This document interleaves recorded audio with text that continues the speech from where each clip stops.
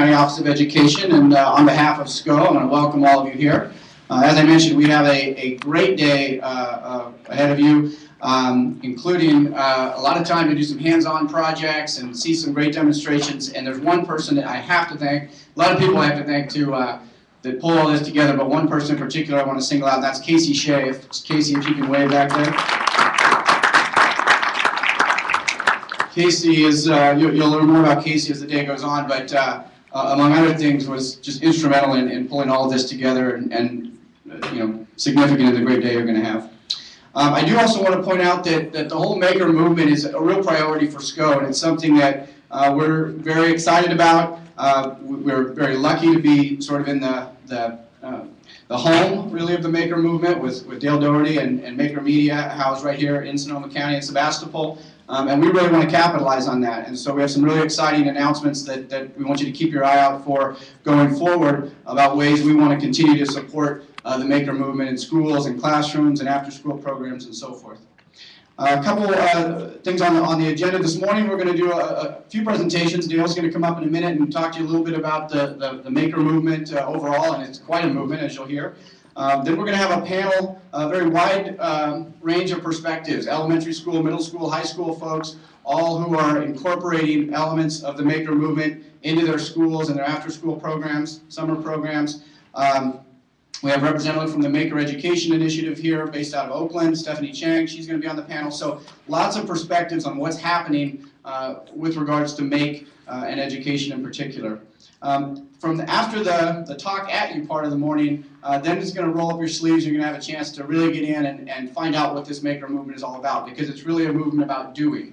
And so you'll see on the other side of the hall there's going to be lots of demonstrations in there, things you're going to be able to see and take part in.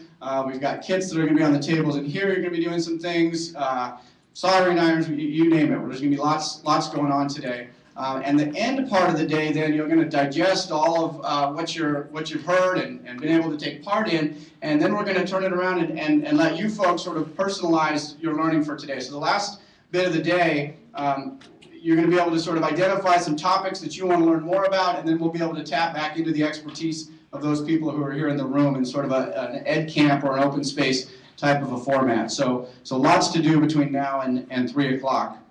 Lunch will be on your own from 12 to 1. I will mention that. So we'll break right around noon, and you'll have an hour for lunch, and then we'll come back for the open space session in the afternoon.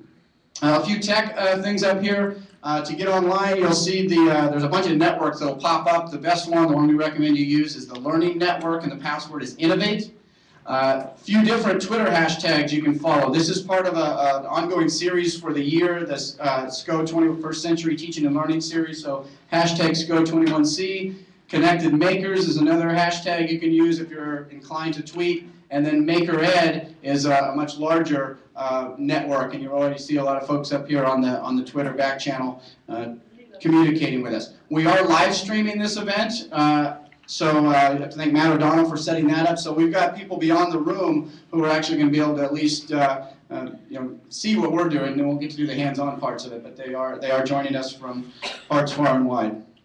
So with that, and I do want to say one other thing. We have a website that we've developed called connectedmakers.org.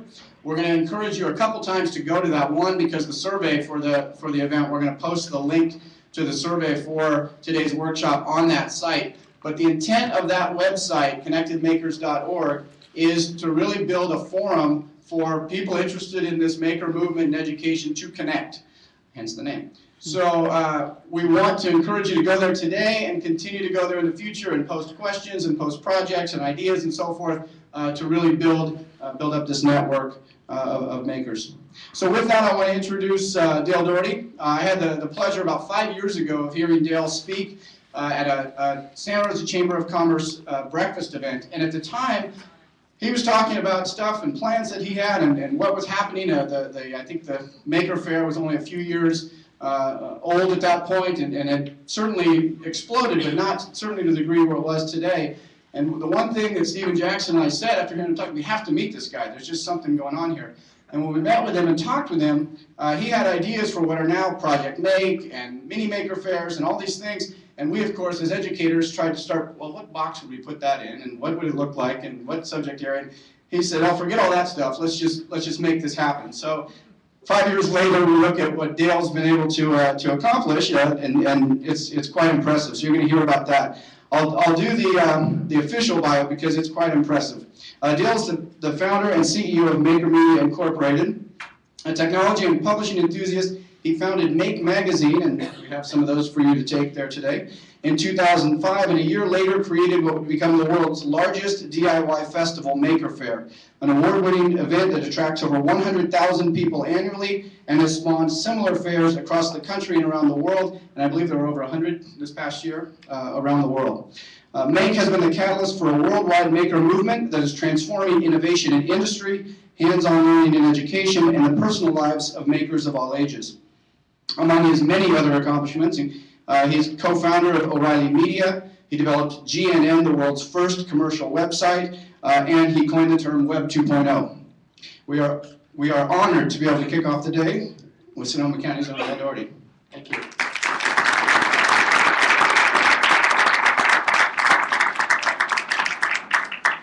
It's a great pleasure just to see the numbers here, just to think about how many teachers we can perhaps reach and get involved in making. I wanted to do kind of an informal talk today, and without slides or anything, just to kick this off. And I thought I'd tell you actually about last week, where I went and what I did. It shows you kind of what's happening out there in the maker movement. So last week I started off in Austin, Texas, at South by Southwest, and they have an EDU event. Actually, Dan and Matt were here from SCO, were there, and I was on a panel about creativity in education, and it was organized by Adobe, a software tools producer from San Jose, and I think the organizer of the panel said, we want children to be creators of digital things, not just consumers of them, which is very much consistent with the view of making that I've talked about. Of one of the shifts that we're seeing is really to see ourselves not just as consumers, but as producers.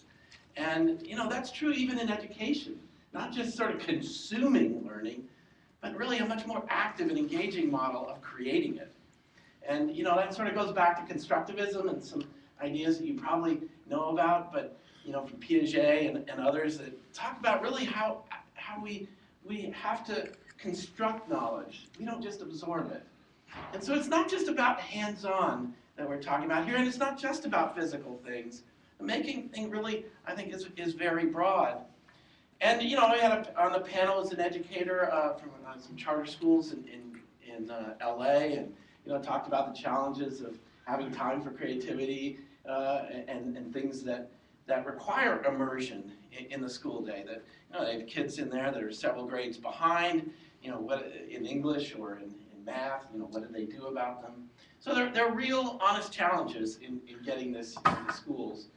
But it too often words like creativity and even innovation become kind of just things we talk about, and they're sort of good for you, but we don't really understand them very well. And I talked a little bit about that, and I thought a bit that when I started Make, I actually aimed it at adults, and I was I had observed that sort of adult people we'd call innovators and tech people, one of the habits I saw was that they like to play with technology, and I just, that word play kept coming back to me. They thought it was fun. They were engaged.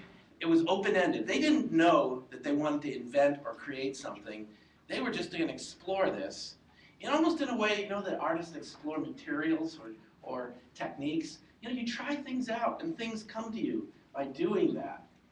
And so I wanted to focus on that, not like the business use of technology, but just sort of that personal use of technology. And in some of the talks I talk about the foundations of the personal computer movement and people like Steve Wozniak and Steve Jobs. Steve Wozniak has a quote. He says, "I went down to the Homebrew Computer Club," and which is very much like the maker spaces that you're seeing today. He said, "I wanted to meet with other people and share the designs and ideas for neat computers," he called it. And he said, "I would do that for free for the rest of my life." And it sort of gets to the motivation when we're doing things playfully and creatively. We enjoy it, right? And we connect to other people. That's another part that's often missing. That it wasn't something you were doing alone, but the fact that you were doing it connected you to other people who were also doing it. So that's kind of the core, what I call enthusiast mindset around makers.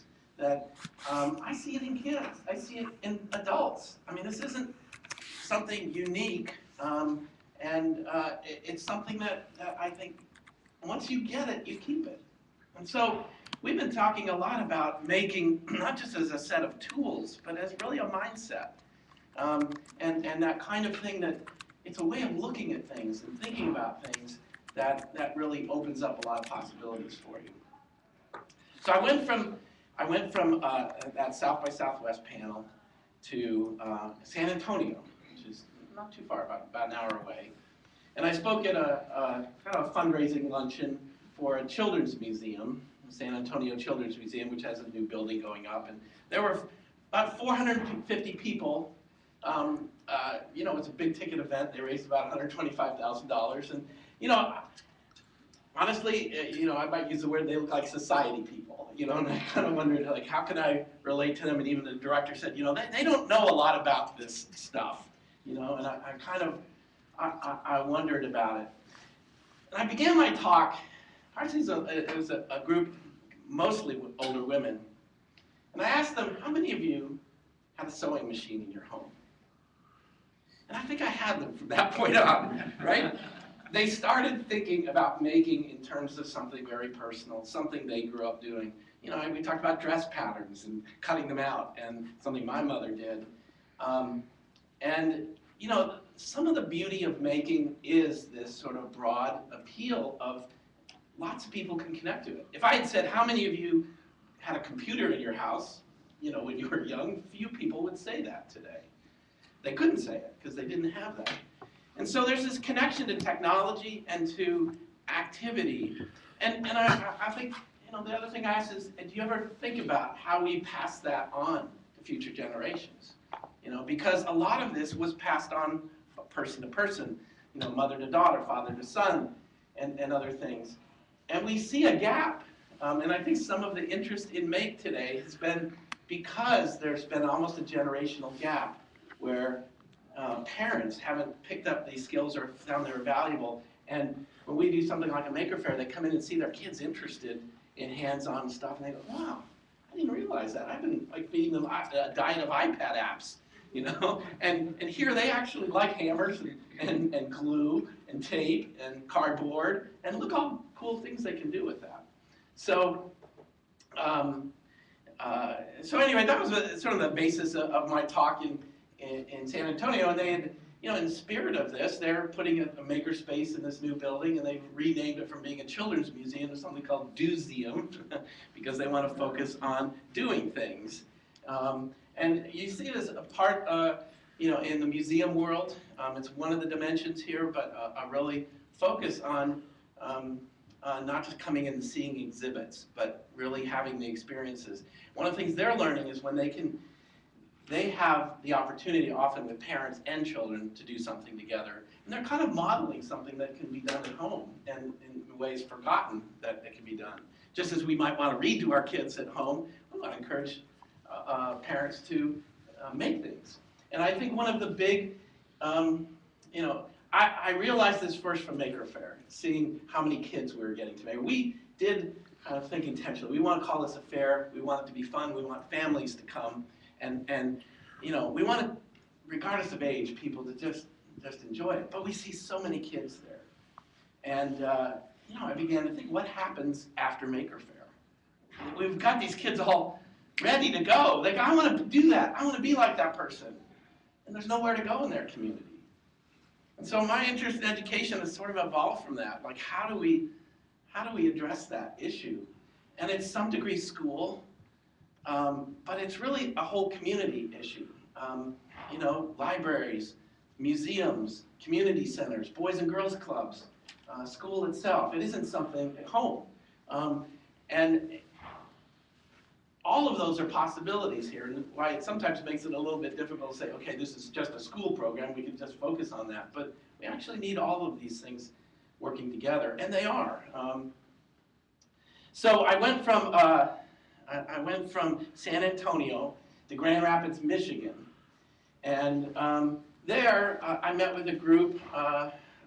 I spoke to a group that was of educators that were interested in creating a maker school in Grand Rapids. And one of the people on the, speaking with me was Sylvia Martinez. She's a co-author of a book called Invent to Learn, which is organized around teachers applying make in the classroom. And I think that just came out within the last year. But you know, we met with a number of folks in the community, and you know, I'll be honest with you, I don't know what a maker school would be. I can only talk about some of the work of people like Casey and others that we'd say, you know, I think there's a foundation here for building on it. But you know, we talk about maker spaces and some of the programs we've done there of, you know, if we got a maker space inside a school, just as we might have a library inside a school, it really could be used by any class, and it could be used by any student, and it could be used by teachers. And other things happen that we don't anticipate. I've been sort of focused more on creating space than creating curriculum.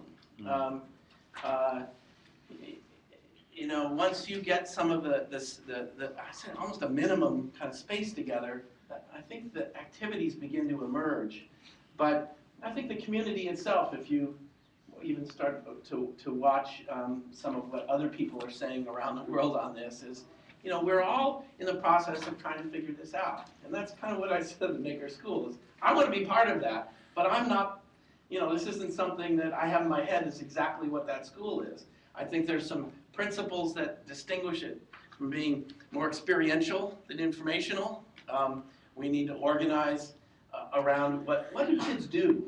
What do they get to do? How do they really apply what they're learning? And how does that cause them to want to learn more about it?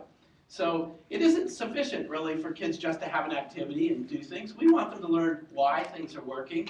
We want them to learn more. But you know, in our current approach, sometimes is we kind of think the book explains everything to them, and we don't invite them to really participate and to try things out themselves. So I would call it a form of experimental play, where they're trying things out. And while you may have done it and someone else may have done it, they haven't done that.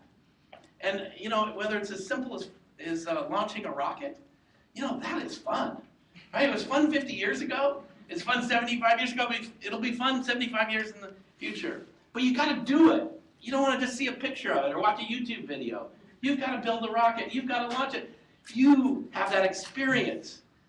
You know, it's like reading about sports or playing sports, or listening to music or playing music. And so, you know, it's really that shift. And I think a maker school wants to kind of, you know, really apply this to all of the elements of school.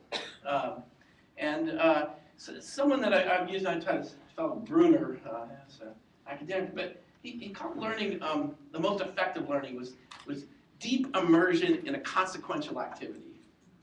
And I really love that phrase, you know, and you know, the ability to dive in deep, and that's what play is. Play, we will spend hours doing something, right? Almost getting lost in it. But consequential, meaning it matters, right? It either I'm producing something that other people get to see and care about, I get feedback on it, but in many ways, I think it's a connection to the real world. It isn't an artificial exercise. There's motivation for doing this that may come from me as well as others.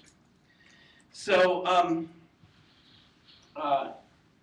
let's see, so I, where did I leave you? I left you in San Antonio, I think, but, no, Grand Rapids, sorry, I get lost. And they had 110 inches of snow in Grand Rapids this year. Everybody's talking about there. So, so I went back to Austin from Grand Rapids, and that was South by Southwest Interactive, which is a different session of it. And there we was on a panel or a presentation where we announced the plans to launch first large maker fair in the UK called Maker Faire London in 2015. So, and there was a huge spread in the Guardian newspaper in the UK talking about why this sort of connects to kind of like a new industrial revolution, and how you know, the opportunity is there to connect to kids and others. And they brought some makers over to South by Southwest from London, and you know, they're small companies doing interesting things, but you know, it's a sign that, you know, here some of the great cities in the world are really trying to engage around this. I had quotes from the mayor of London they had in the story, and trying to figure out, you know, what seems to be on everyone's minds is, you know, the economy, the world has changed quite a bit, and you know, education hasn't for the most part. How do we get kids to be innovative and creative? And to me, it's more about really being full participants in a new kind of world, full as citizens, right? Not just as you know, job seekers, but you know, science and technology is part of everyone's life, whether we like it or not.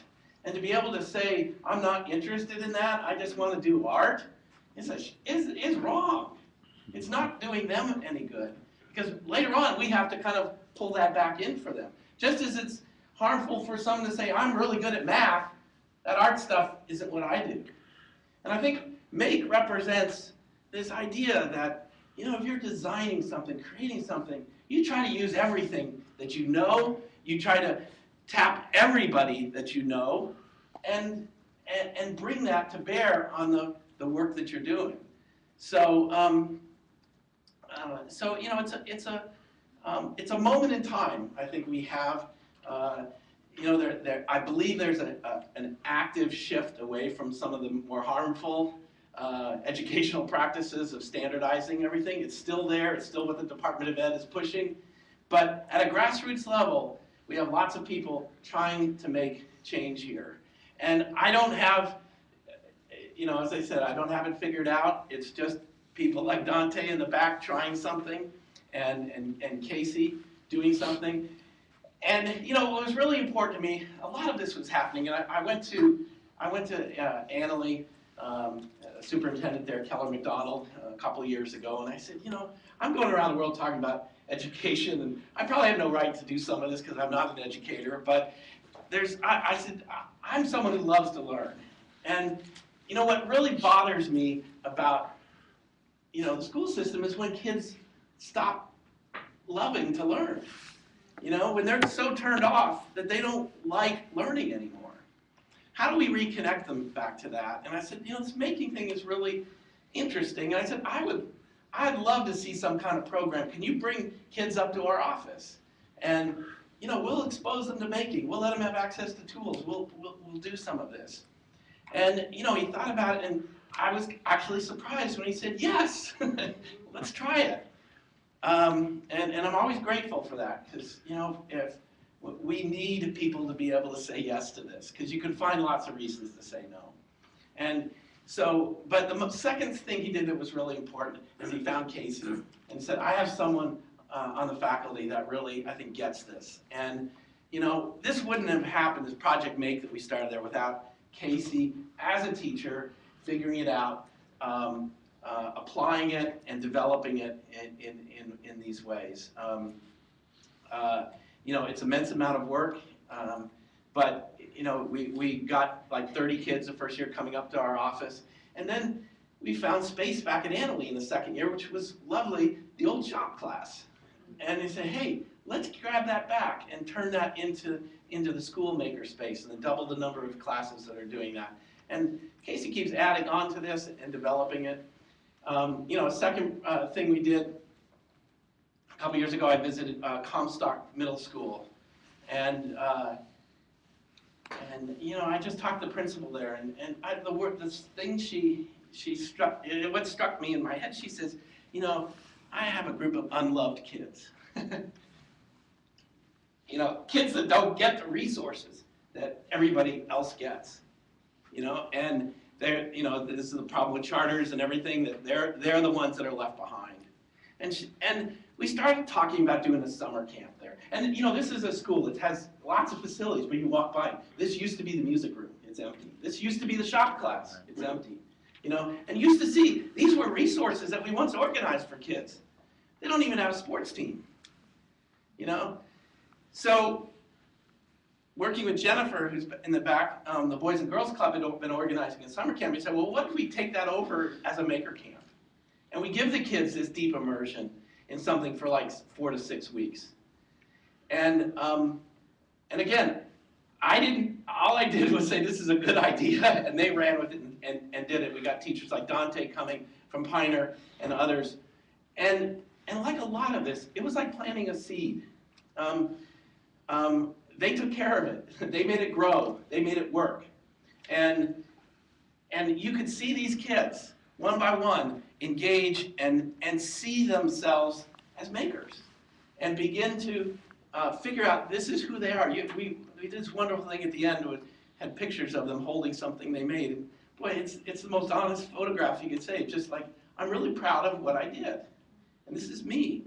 And, you know, one of the kids said into the interview in the PD that, you know, she said, if I wasn't here, I'd be at home watching TV and just consuming things. Here I'm actually making things. And like, she got it, right? Perfect. So, you know, I think that the other thing of the summer camp is we weren't fighting other things, you know, other schedules, other courses. The kids actually got to focus on this. And I think the teachers themselves that we brought into the camp also discovered the value of making and took that back to the school day and tried to implement things here. So, so this is how it's happening in kind of, you know, a very distributed fashion. But I'm, you know, sometimes I give a talk here, I get a lot of people asking me how to, you know, how can we make it happen further? And, to be honest, I don't have a lot of answers for top-down approaches to education. I only know that there are more than one Casey out there. And I know that there's more people like Dante out there, and that there's more kids out there who really want this. And so we've got to make it happen. But I'm really happy that SCO has organized this, because I think, you know, I think you'll find that your best asset in carrying this through education is each other. It's the people in this room who are trying it. If we can create a network of teachers who are learning from each other and trying, hey, this worked with my class. You know, Casey's been doing these wonderful things that I would have never expected this was true, but his class is creating educational aids for teachers, right? They're making stuff that other teachers are using, say, in a math class. And you begin to see this makerspace as a kind of factory that has all this potential. They make medallions for the sports teams. They're making, you know, things that the kids can go out and sell in the community and learn about business. So all of this, I think, is a really rich and fertile area that we just need lots of people trying it and mostly paying attention to it.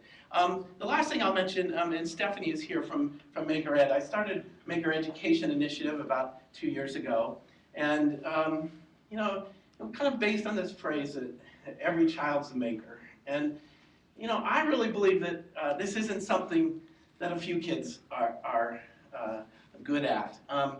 I think it's broader, and if we give more kids the opportunity and access, they will do this. And whether you call this making in physical terms or digital terms or, you know, pen and paper, we kind of know this is true about things like creativity. They all have it, but if it's not developed, they don't see it, they don't recognize it, they don't believe it anymore. You know, and many people tell you, hey, you know, by the time you get to high school, I wouldn't even start working with those because they're already kind of defeated that way. I don't believe that, because I work with adults and others who, you know, we have a book called Zero to Maker. A young man in his 20s, he said, you know, I just didn't want to work in a cubicle anymore. And I walked into a makerspace and I said, I want to do these things. I want to learn how to become a maker. And it was about his journey to do that. So I think this is true of kids as well. We have to find the time, and whether it's summer camps or after-school programs or in-school, weekends, to get this into their lives. I believe it makes a huge difference. And the last thing, it isn't just about some instructional model. It is really about them creating an identity for themselves as a creative individual. And that sort of gives them like a passport into a new world, you know, that they are actively creating themselves. It's their own path. It's their own way forward. Thank you very much.